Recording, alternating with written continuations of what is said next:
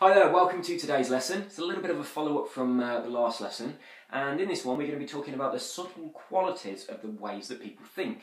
So just to quickly recap, predominantly we're talking about the three main categories. So we've got visual people, we've got auditory people that hear sounds, and we've got kinesthetic people that have feelings. Now the other two are still very valuable and important, which is our taste and our sense of smell, but we're just going to focus on those three main ones.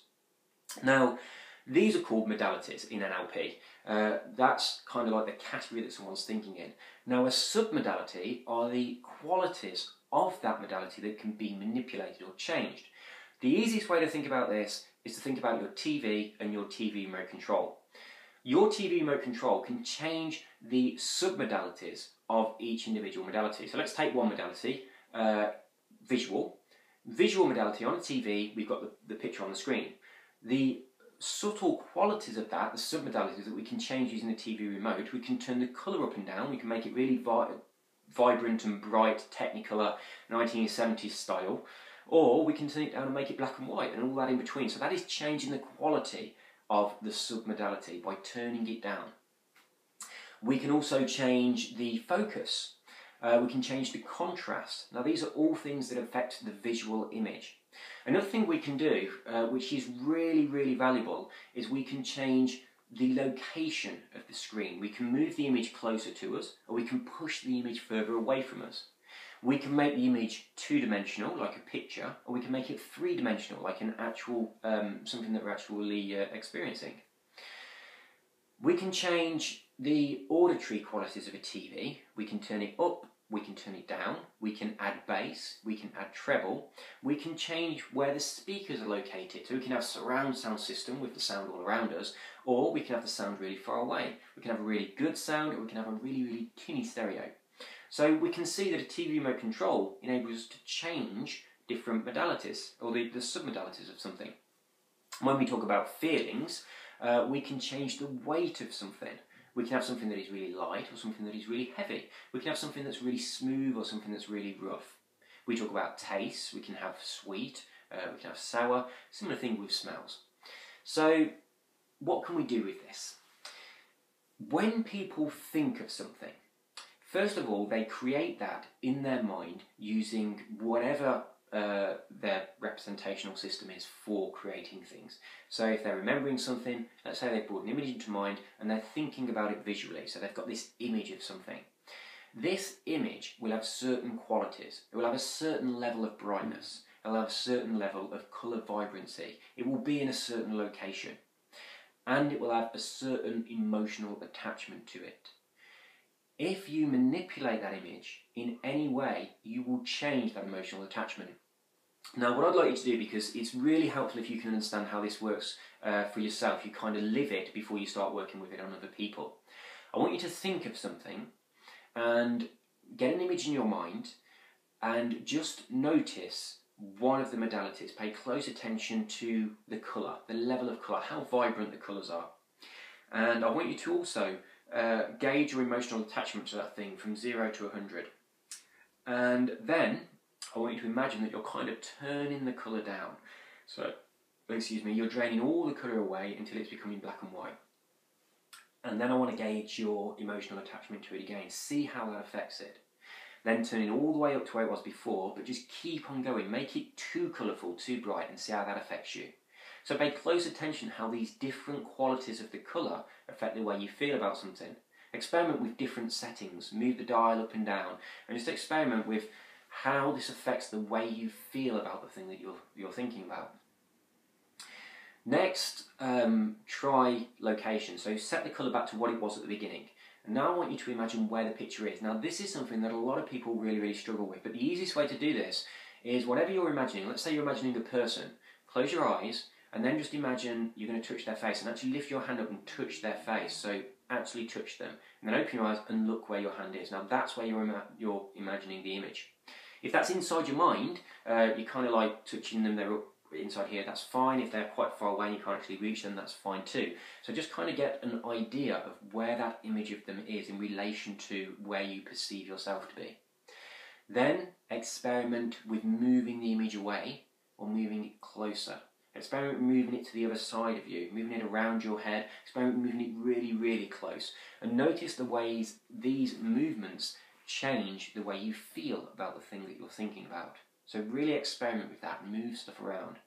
So think of someone or something, notice where it is now, and now without changing anything else at all, just push that image away from you.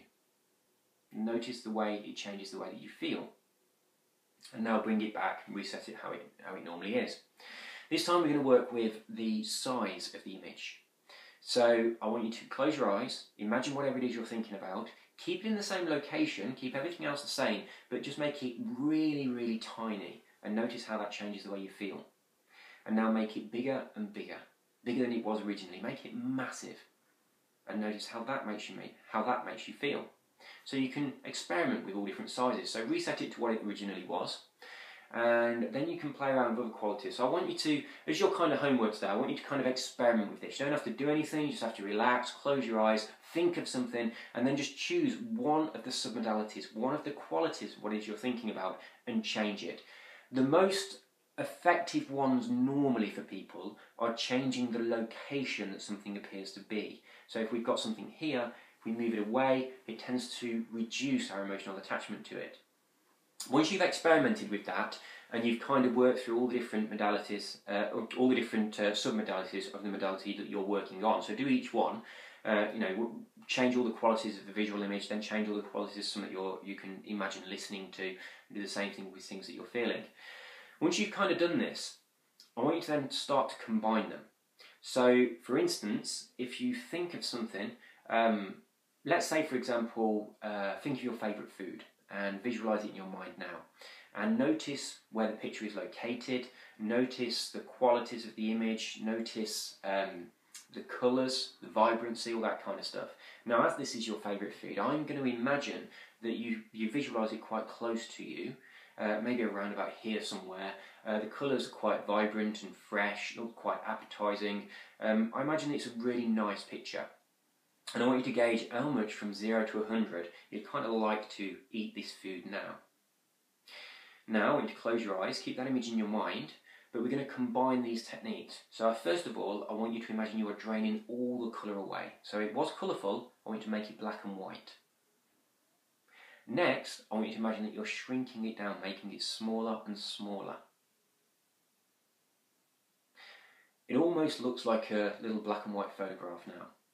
Now we're going to move it away from you. Now there's a couple of ways you can do this. You can just imagine it zooming off into the distance, or something that I like to do with my clients is to imagine you're standing in a really long corridor and you're going to walk down into the corridor, take this little black and white image of this picture of the food and blue tack it, just stick it up on the wall, and it's right down the end of that corridor. Then you're going to walk all the way back to me, and you're going to turn around and you're going to look at it, and it's all the way down there. So it's now black and white, it's very, very small, and it's right down the end of the corridor there. You can still see it, the information is still there, but we're going to be changing the emotional attachment to that. So at the moment the photo is quite crisp, so maybe make it a little bit more blurry, maybe change the contrast ratio so it's a bit washed out. It's still there, but it's quite far away, it isn't quite in focus, the contrast is a little bit dodgy, it's quite small, and it's black and white. So now we've made those changes, I want you to gauge how much you kind of want to eat that food now compared to before, from 0 to 100. And what you'll probably notice is just by doing that and nothing else, you will have reduced the amount of emotional attachment to that thing. Now, this has got really, really important ramifications. If you've got a person who's struggling with weight loss and they've got a particular food they struggle with, if they do this and nothing else every time they crave that food, the chances are they're going to stop themselves walking to the fridge and grabbing it. They're just going to think, oh, I'm not that bothered about it anymore. Also, if you've got someone who's got trouble quitting smoking, and you teach them how to do this technique, when someone says to them, would you like a cigarette, ask them what image comes to mind. Now, I used to smoke many years ago, and when I did, if someone said, do you want a cigarette, the image that came to my mind was I'd opened a packet of cigarettes, it's quite big, right up close, I'd pulled that little foil piece off, and I'd see all these 20 little perfect little round white circles looking at me. It looked quite attractive, I kind of wanted that, and I go, yeah, I do. But if I imagine that same image really far away in black and white, it wasn't so attractive. So that's one way that we can manipulate things. Another way that we can use this is we can think about the recipe that our brain naturally uses for things that we like. And then if we want to like something, we can dress it up in that recipe. So I'm going to stick with visual today, but you can do this in any modality. Visual is the easiest one to explain, but it works for all of them. If it sounds, the sound will feel like it's coming from a location, you can change that. Same thing with feelings, it's in a certain place in your body and you can move it around, and it's kind of the same thing, but we're going to focus on visual. So let's say we've found out our personal recipe for things that we like. When we think of something that we like, it tends to be here. It's very colourful, it's vibrant, it's bright, it's kind of nice and juicy. When we think of something that we don't like, do this for yourself, think of something you don't like, and the colour's a bit different. I mean, these colours for me are nice and bright. The colours on the things that I don't like tend to be a little bit murky colours, a little bit dirty. It tends to be about here. The one I like there, the one I dislike is about here. And they are roughly the same-ish size. This one's a little bit bigger. Oddly, this one's got a board around it, almost as though it's a photograph almost in a frame, whereas this one hasn't. It's kind of just a bit wishy-washy and it sort of bleeds out into its surroundings. So there's big differences in the way that my brain visualises that. So I want you to do that. Things you like, things you don't like. How are they represented to you, their location, the quality of the image, trying to elicit as many things from those that you can. And then you want to take the thing that you don't like and imagine moving it into the place of the thing that you do like, and then giving it the same qualities that the thing that you do like has. So change the colours. So for me, I've got to move this thing in close, and then the colours that were quite dirty and murky, I'm going to make them a little bit more vibrant, a little bit more juicy, a little bit more attractive. Also, I'm going to put that little board around it, bring it nice and close. And the other thing I noticed, I was thinking about food. The thing that was here had both of them were vegetables. This one was a tomato. It was very nice, big, juicy tomato. There was a reflection on the tomato, and also had some droplets of water on it. This one was broccoli, which is something I don't like, and that was a bit more. It was a duller image. It was flatter. When I've moved it across, I've made it a lot more vibrant. It now feels like it's bursting with life, and I've put them little droplets on there as well. So I've kind of dressed it up in the way that the tomato one was. And now that, to me, I kind of want to go and eat some broccoli. Now when you do this, when we talked about earlier about moving things around and snapping the lid down on a Tupperware box, that little satisfying click snap sound, when you move stuff like this, do that. So you're grabbing the image of the thing you don't like, you put it here, you're snapping into place. Now that's going to change the way you feel about it. If there is something that you don't like and you would like to like it, then that's the way you do that, and it's the same thing with your clients. If on the other hand there is something that you currently do like and don't want to like, then you can move it to there. So you could do that. I do like this, I want to dislike it, let's move it over here. Or you could do, I do like this, I just want to diminish that liking so I don't care about it, and that's when you zoom something away and turn everything down. So by manipulating the subtle qualities of something, it's very, very easy to change the way you feel about it, and that changes whether or not you want it. Now, if you think about a person that you love, get the subtle qualities of where that image is, how you see it. Notice the other modalities as well. So notice what sounds are present, where the sounds are coming from, the qualities of the sounds. Notice feelings, where you feel the feelings, where they're moving, are they rotating, all of that kind of stuff. And that will be your recipe for loving something or loving somebody. And then if you want to love somebody some more, maybe you want to love your partner more. Maybe you're married and your marriage is maybe stagnating a little bit and you want to get a little bit of spark back into it and you want to love your partner more, then you just dress your partner up in those qualities. Move an image of them to that place. Make the sounds the same. So it's a really easy way of changing your emotional attachment to something, and I'm sure you can see many, many ways that this can be useful for you and your clients to help them stop liking things that they shouldn't be liking and start liking things that are really good for them, or things that it would be a good idea to like. So it's a really useful thing to use.